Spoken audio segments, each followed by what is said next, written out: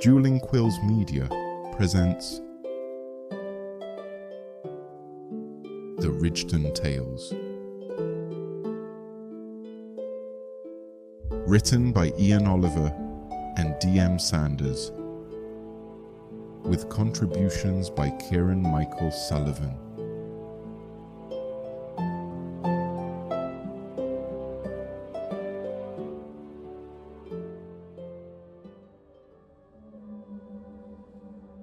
Chapter 18.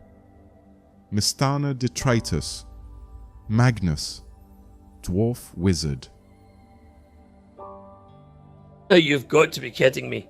Magna bellowed as his laughs reverberated off the deep canyon walls. Where is the rest of it? I can't believe you chose to show this to the world willingly. Magna ran his finger mockingly down Magnus's exposed bare chest. The humidity and heat of Mhistana Detritus had become too much for Magnus to withstand any longer, so he made the worst decision of his life, opening the front of his robe. This allowed his brother to see that even after 10 years, the wizard still only had a small single line of chest hair. Can't you conjure up the illusion of manhood, Mags? Magna continued laughing and making jokes at Magnus's expense as the party walked. After leaving Seok's temple, Magnus and the rest had been following a well-worn path that led them to this canyon. They had been walking for several monotonous hours as the tan rock of the jagged canyon walls towered over them. No breeze could breach the walls to provide relief from the heavy, suffocating humidity. The wizard had thought to speak an incantation that would produce a block of ice for him to strap to his chest. However, he wanted to save all his strength, both physical and arcanite, for whatever unknown lay ahead. If even half the stories of Mhistana Detritus were true, he would need all of it. Magnus looked to Keldos, who seemed to be staring at nothing 1,000 miles in front of him. The half-elf's jet-black hair was stuck to his forehead, and sweat dripped down the front of his armor. All of his companions, Magnus realized, were still donning their armor, in spite of the climate. They fear this place as much as I, even if they don't say it aloud. The path suddenly began to rise steadily, and the party emerged from the canyon. Magnus took in a deep breath as a strong breeze refreshingly washed over him. His breath caught suddenly at the scene laid out in front of them. The once refreshing breeze instantly became revolting as it carried the smells of rot and death. An army of dead orcs littered the fields of the rolling hills before him, and dried blood had turned the once brown dirt black. The only signs of life were from the carrion birds as they feasted on the banquet of bloated, stinking corpses. The scene extended out of Magnus's sight, and he heard Keldos retch behind him. What happened here? Telerik asked, finally breaking the collectively stunned silence. Magnus pulled his eyes from the gore and looked at his brother. Magnus' face was hardened and solemn as his eyes darted back and forth. War, the dwarf finally said. The party briefly discussed how to navigate through the battlefield, with the consensus being to continue on the worn path. Magna pointed out that judging by the decomposition of the bodies, the battle had been over a week ago. Whatever fighting was going on now wasn't happening here. Val attempted to shift into her falcon form and survey the area. However, when she did so, she was beset upon by no less than 20 of the carrion birds. Wow! Those guys are really, really mean, Val said as she shifted back to her elven form. I told them I wasn't going to take any of their food, but they still threatened to tear me from the sky and do some pretty horrible things to my mother. I told them my mother was already dead, but they just didn't want to listen to me.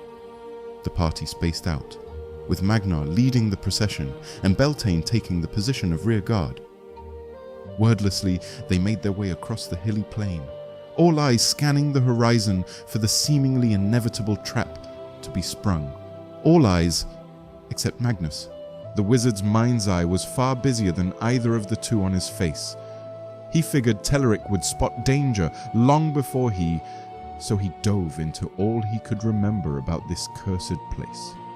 The name Mhistana Detritus, derived from the arcane language translated to Domain of Mhistana.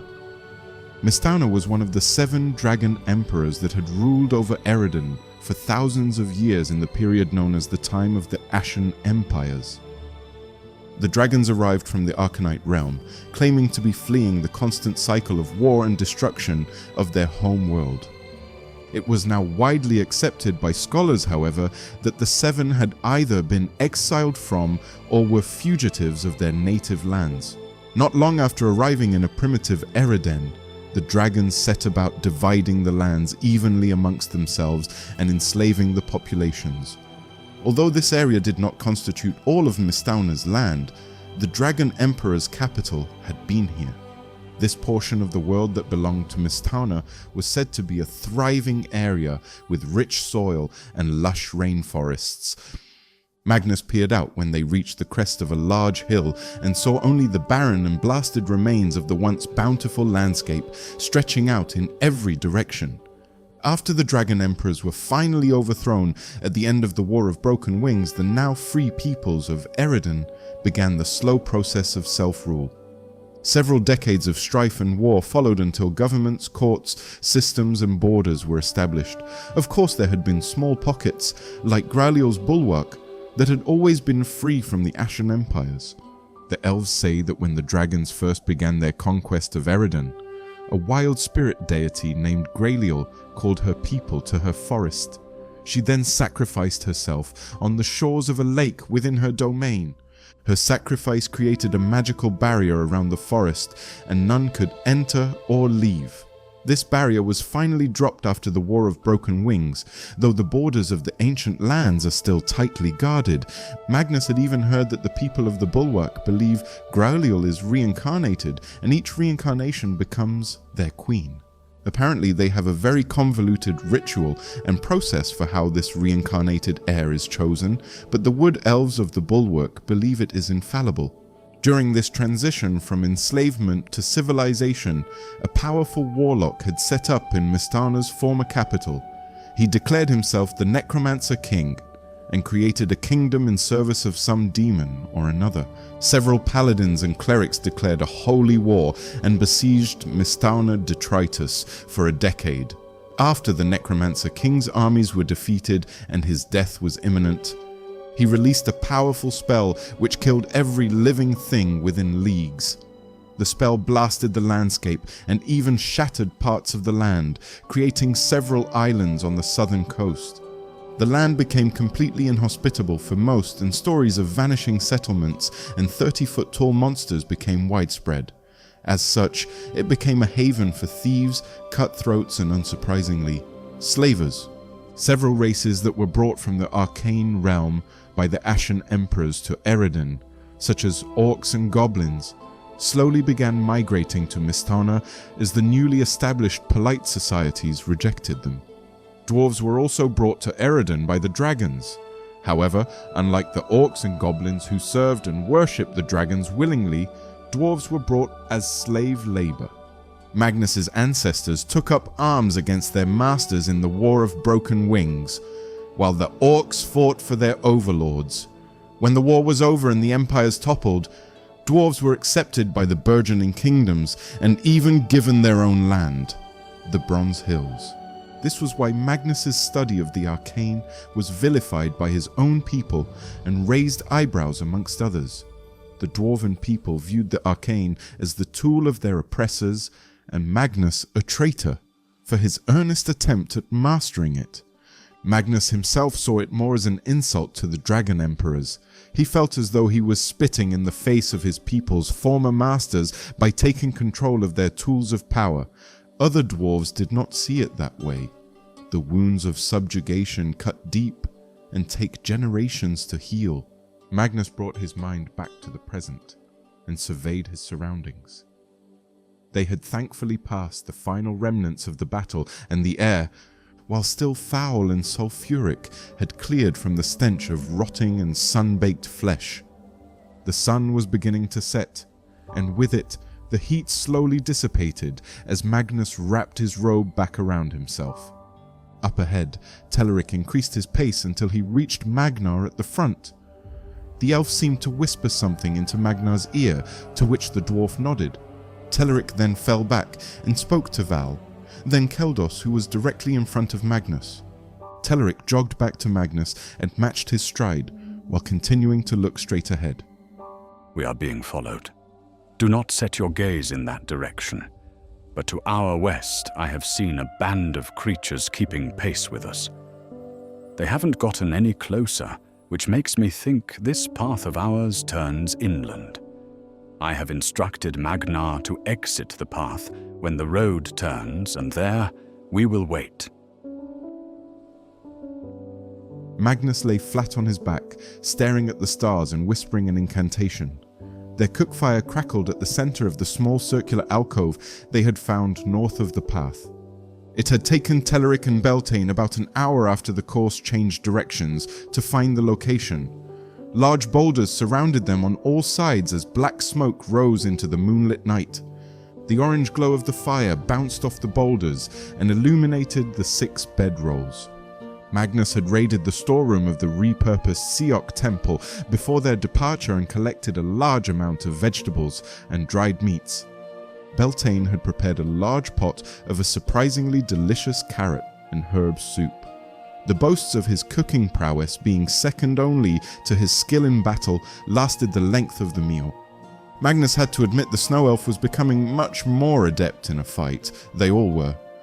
The wizard was, unfortunately, becoming far more accustomed to fighting. Part of him was beginning to enjoy it, as much as he hated admitting that to himself. When he set out to gain a more practical skill set with the arcane, he never imagined it would lead him to this. Laying on his back in one of the most cursed places in the world, whispering spells as enemies crept toward him in the night, Magnar had told him that surviving a close battle was an exhilaration that nothing else could match. Magnus was not quite sure he felt the exact same, but he could agree that there was something intoxicating in the immediate aftermath. However, waiting for a fight to potentially find its way to him felt more like the morning after intoxication occurred. Every horrible outcome and possibility went through his head and into his knotted stomach, while any positive results seemed like a distant dream. The stars above him were suddenly obscured as a translucent purple shield flashed. Multiple arrows, hatchets, and javelins stuck into his arcane ward as he rose to his feet. He had been keeping the protection spell domed around their campsite using only slight hand movements and concentration. Concurrently, he was whispering a secondary illusion that made the barrier invisible. Several goblins had taken up position on top of the large boulders surrounding their campsite. Several more were crowding against the edge of his ward in the space between boulders. Magnus smiled as Keldos also rose from his bedroll, fully armored with mace and shield in hand. Shrieking could be heard from on high as panther-formed Val leapt from the shadows outside the ward. She began tearing the pint-sized ambushes apart, biting one in half, while a single swipe of her paws ripped through 3 at a time. Beltayne emerged from behind a crowd of the goblins accompanied by a bare-chested Magnar. Teleric climbed onto the rocks directly above a line of enemies, now trapped between Magnus's ward and his brother's maul. The result was a slaughter. Magnar and Beltayne cut through the pressed goblins, while Teleric rained arrows down from above. Val bounded after any that attempted to escape. The battle was over in minutes. Teleric's plan had worked flawlessly. Val continued stalking the shadows long after the enemies were dead, cautious that this may have just been the first of many. See, Mags, this is what a man's chest looks like. Magnar bellowed as he walked back into the camp, running his free hand through the mane on his breast. I don't understand why you needed to take off your armor to begin with, Magnus replied. Subterfuge, brother. I left it on my bedroll so that the little shits would think I was sleeping. Nobody else did that. They aren't that smart. Magnar just laughed and took a drink from a wineskin he'd pilfered from the temple. Teleric and Beltayne emerged into the firelight a short time later, with 2 goblins bound and gagged. Teleric walked up to Keldos and said, You might want to take a walk. Keldos nodded and began to walk towards the road. Magnus decided to follow him. The pair walked wordlessly until the road was in sight and Keldos sat on a large smooth rock. Magnus sat beside him and they stared at the stars in silence. Magnus had been to remote places before, and although this land was said to be cursed, it felt oddly peaceful at that moment. The wide open plains of rock and nothingness, backdropped by the vast ocean of stars and cosmos, was breathtaking. The only sound Magnus could hear was the gentle breeze and Keldos's soft, rhythmic breathing. Well, and the very distant screams of a goblin as Telerik tortured him. You doing okay? Magnus finally asked. No. Keldos said, staring up to the sky. Magnus let the conversation die there. He hadn't been through the grief his friend was experiencing. He just didn't want the half-elf to be alone. After a long while, Magnus pulled a pipe from his bag, packed it with tobacco, which he'd taken from the temple. The wizard snapped his fingers over the bowl of the pipe, and a small flame appeared, lighting the tobacco. After 2 long drags, Magnus offered it to Keldos. Surprisingly, the cleric took the pipe and inhaled. He held the smoke in his lungs for several moments before breathing out a large cloud. Keldos then handed the pipe back to Magnus, who almost dropped it from the sheer astonishment. Keldos allowed himself a brief smile. Why is it that dwarves think they are the only ones in all of Eridan who can skillfully drink or smoke in excess? Keldos said, still looking at the sky. How do you think clerics keep from losing their minds? Magnus and Keldos sat and smoked the entire pipe together in silence. After a long while, Keldos stood up. I suppose we should get back to camp. The two returned as the rest of the party, minus Beltayne, were asleep in their bedrolls. Only one of the goblins remained, and he too slept, hands and feet bound. I have the watch for the night, my brave companions. Rest now, and I will guard the remaining stunted beast, Beltayne said as they arrived. Magnus laid face up on his bedroll and drifted to sleep. The next morning, the party ate a quick breakfast of dried beef, cheese, and apples. Magnus opined to himself that the odd combination was actually quite palatable. Telerik gathered the party around himself at the remains of the now doused fire. So our new guide here tells me the slaves always get led down this path, which eventually leads to some old fortress. Stonecrest Keep, he called it. He said it would be suicide for us to stay on the path any longer, and has provided me a rough map on how to reach the keep by a more conspicuous means. Telerik said, pulling a small parchment from his bag. A dumb runt little goblin told you all that? Magnar responded. Yes. The goblins here aren't like the ones you are probably used to fighting. Living out here for generations has forced them to develop different skills than the mindless grunts we find near the shore. They had to adapt to survive. Did he say what all those orc bodies were from? Magnus asked. He did. Apparently there is some orc war happening. Sounds like several clans have consolidated and formed alliances, and that there are now 2 main factions. These factions are now fighting a prolonged war with one another. Magnar laughed and said, Sounds like regular orc business if you ask me. Agreed, said Telerik, before adding, However, the goblin added that both sides are being armed and funded by parties from outside of Mhistana Detritus. He's seen human and dwarf mercenaries delivering weapons and slaves. Magnar, Beltayne asked. in your time with the cutthroats, did you ever engage in barbary such as this? No.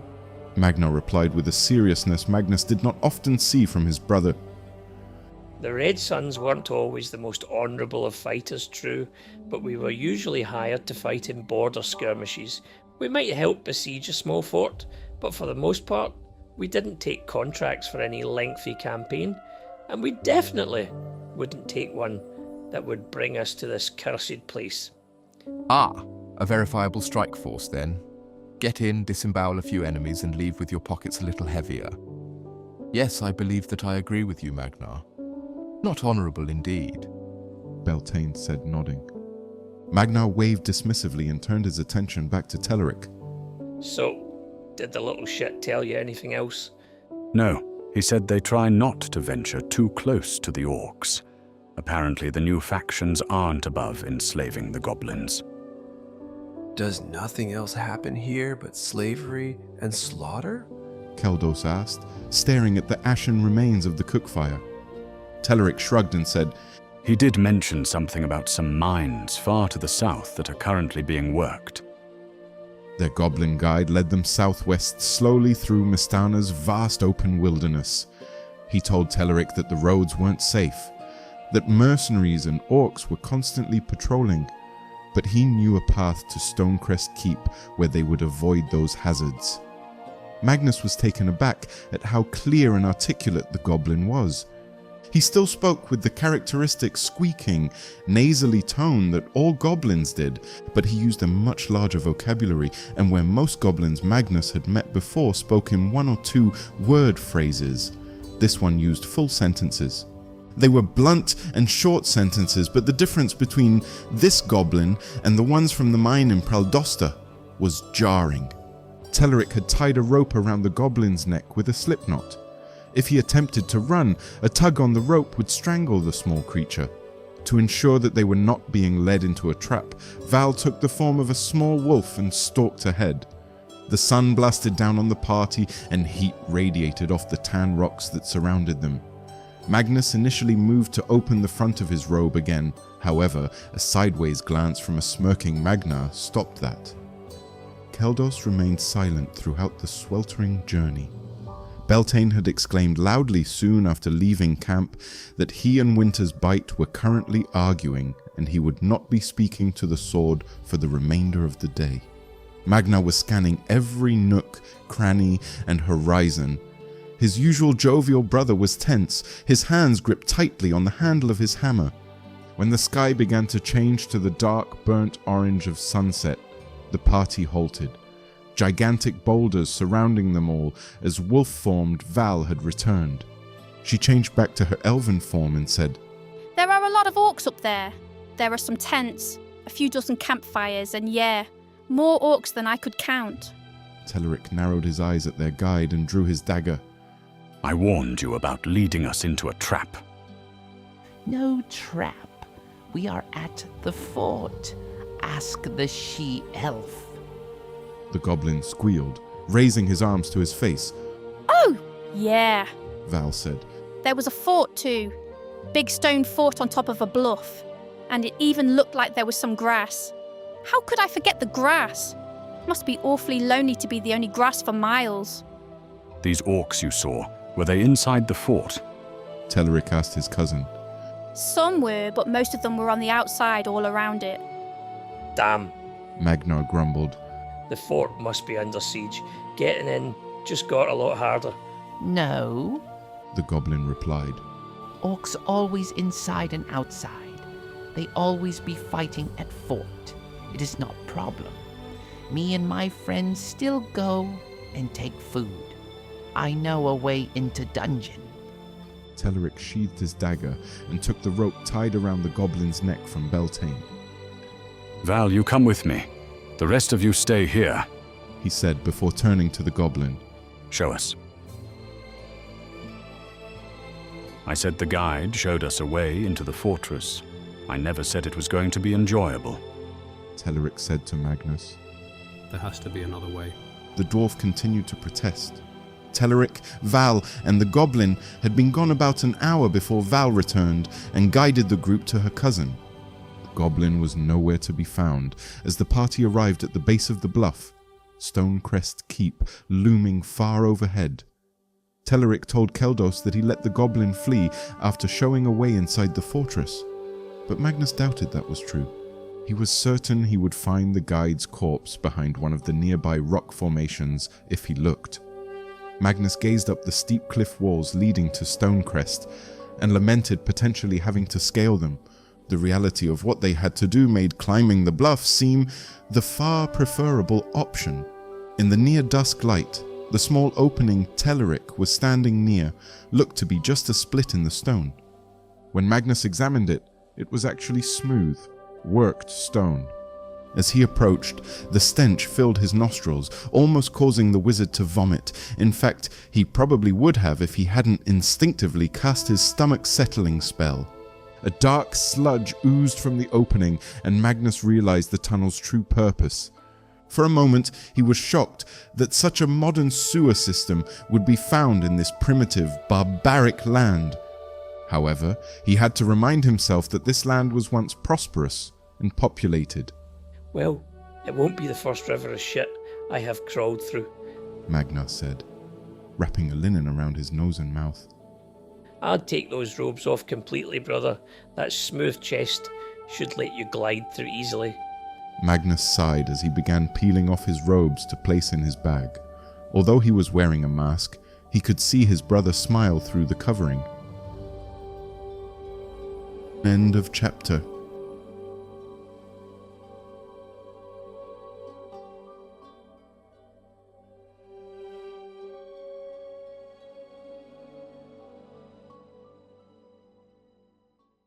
The Ridgeton Tales is a collaborative web serial written by Ian Oliver and D.M. Sanders, with contributions by Ciaran Michael Sullivan. All rights reserved.